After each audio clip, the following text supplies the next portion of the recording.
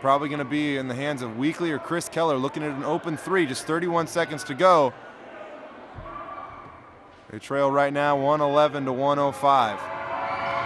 Trying to avoid the first loss of the 2008 IBL season. Stevenson does a good job tacking on both buckets, 13 points for him now. The clock doesn't start till Watts touches the ball. Did a good job right there saving himself at least 5 seconds. That's going to be number 6 on Errol Knight. As you can call it a night for him. 6 points, 6 fouls. Donald Watts is at the line, fouled on the three-point attempt. He's at the line to shoot 3. Replacing Knight into the game is number 7, Paul Hafford. Great night offensively for Hafford. Struggled shooting 3 of 12 last time versus the Explosion. Tonight, responded with a much better game.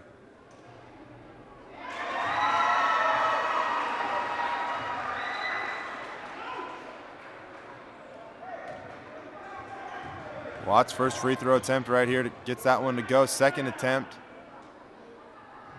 up and good.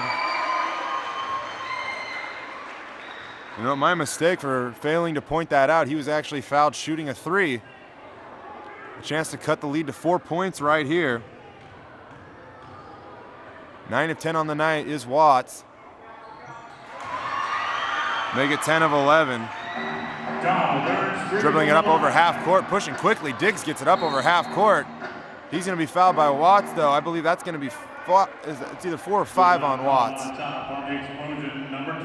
5 on Watts, that is, as he picked up 3 fouls in the first quarter alone. Been playing in foul trouble the entire night. Nonetheless, 23 points for him. He leads all Explosion scorers. He's done it one other time this year. He had 26 points in the first game against the USA All-Stars. Much needed miss right there for the Explosion by Ryan Diggs. Diggs put together a nice night so far, though, 17 points. Ever important free throws running down, coming down the stretch, though. He gets 1 of 2.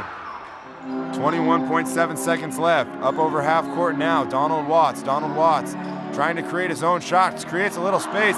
Clanks it off the back end of the iron, though. Has to run up, no choice but to foul. And that's going to be all for Watts. His 6th personal foul on the night. Comes in and fouls Ryan Diggs, who got the defensive rebound. Offensively, a nice night for Watts, 23 points. Coming off a tough performance against Vancouver, just 4 of 18 from the field. Had 10 points in that one, rebounded nicely here.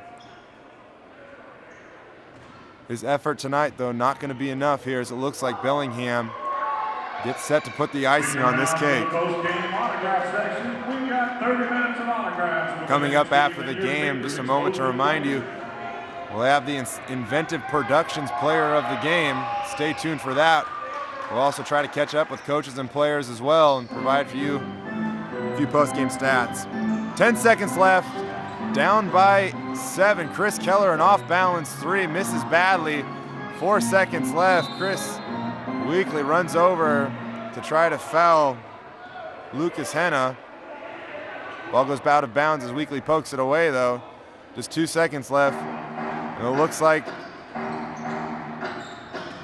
the Explosion are going to suffer their first loss of the 2008 season. Tough game for the Explosion tonight. They got out to a quick start in the first quarter. Much like their previous 3 games, thought to be running away with it. However, a great counter by the Bellingham Slam as they pick up their first win in franchise history in the IBL. Explosion lose this one 115 to 108. We'll be back in just a few moments from the Monroe Sports Arena. Here with Coach Randy Redwine. The Explosion suffered their first loss of the season tonight to the Bellingham Slam. And Coach, it kind of seemed like you guys had a tough time finding your rhythm tonight. Well, we were missing, not taking away, first of all, not taking anything away from Bellingham. They're a very good team. I think they played well enough to win the ball game. However, we lost our main guy, Jamal Miller. So you put those two into the equation, and I'm not so sure they would have won the ball game. However, they did win it, and I acknowledge that. And I take my hats off to them for coming in our house and winning a ball game like this. It's very good on their part.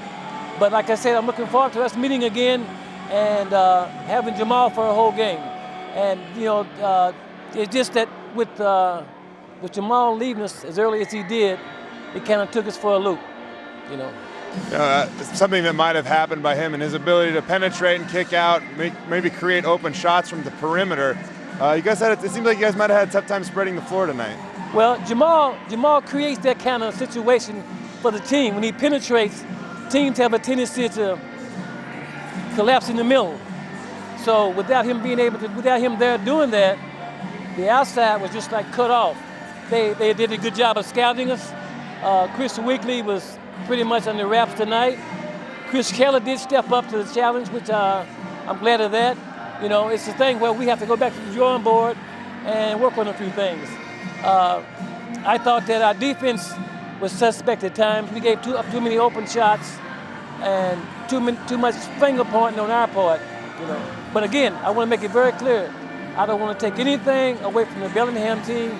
They're a good team, and I know before we played them the first game that that's going to be the team that we have to contend with to be champions. And I accept that.